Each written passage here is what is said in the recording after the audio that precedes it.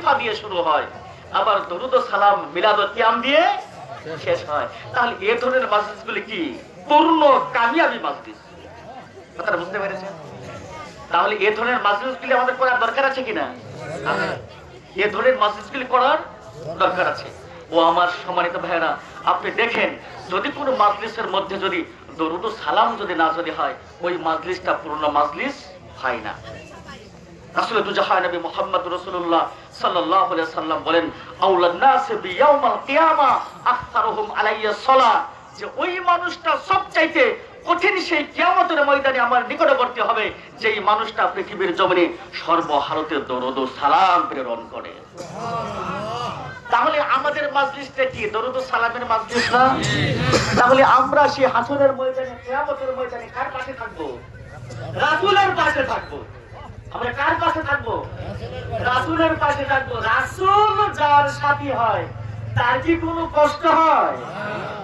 রাসূল যার সাথী হয় তার কোনো কষ্ট হতে পারে না। তার ইহকালীন যেমন পরকালীন যেমন, জান্নাতেও যেমন জাহান্নামেও যেমন, জেলেও যেমন সেরেও যেমন, ভবিষ্যতেও যেমন বর্তমানেও তেমন। যদি রাসূল প্রেম যদি থাকে, আপনাকে যেখানেই দেওয়া হোক না কেন আপনি সব ভুলে যাবেন। ভুলে গিয়ে শুধু আপনি রাসূল প্রেমে ডুবে আছেন। আপনার সব জায়গায় সমান মনে হবে, সব জায়গায় সমান।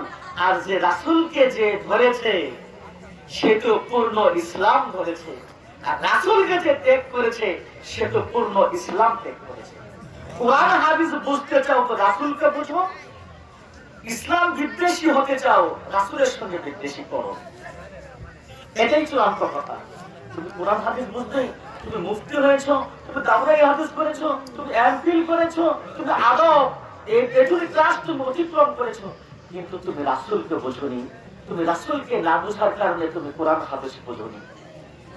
রাসূলকে না বোঝার কারণে তুমি কোরআন হাদিস বোঝোনি। আবার তুমি রাসূলকে যখন বুঝবে তুমি পক্ষান্তরে কোরআন হাদিস নয়, তুমি পূর্ণাঙ্গ ইসলাম বুঝবে বলি সুবহানাল্লাহ। আমরা বলি যে রাসূলকে না বোঝা পর্যন্ত কোনো কিছু বোঝা হয় না। খেয়াল করে দেখেন নবী মুহাম্মদ রাসূলুল্লাহ সাল্লাল্লাহু আলাইহি ওয়াসাল্লামের অবস্থান দেখেন। শুধু আজকের দিনে কি রাসূলের মিলাদের তাজা করা হয়?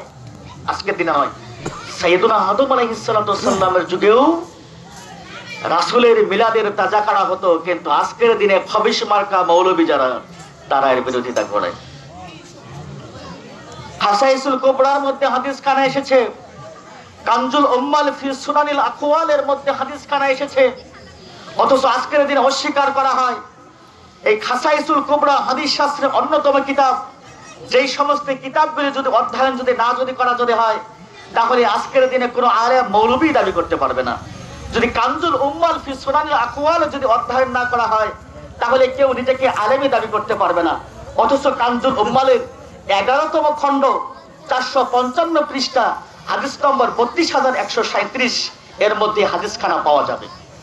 আদম আলাইহিস সালামের যুগেও রাসূলের মিলাদের তাজা করা হতো, কিন্তু আজকের দিনে বেঈমানরা নিষেধ করা শুরু করেছে। কেন?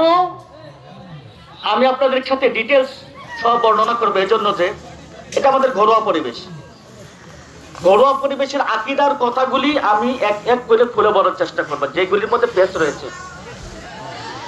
11তম খণ্ডে কানজুল উম্মাল ফি সুনানিল আকওয়াল আল্লামা ইমাম মুত্তাকি হিন্দি রহমাতুল্লাহ আলাইহি এই কিতাবটা প্রণয়ন করেছেন, যার বর্তমান মূল্য 22,500 টাকা।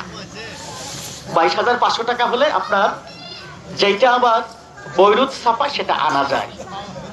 বৈরুত লেবানন থেকে যেটা প্রকাশ 22,500 টাকা হলে কিতাবখানা পাওয়া যায়। 18 ভলিউমের কিতাবটা আপনি সংগ্রহ করতে পারবেন। সেটার 11 খণ্ডে হাদিসটা এসেছে এভাবে দেখেন, সাইয়েদুনা আদম আলাইহিস সালাতু ওয়াস সালাম কি করলেন? জান্নাতের মধ্যে গন্ধম ভক্ষণ করলেন।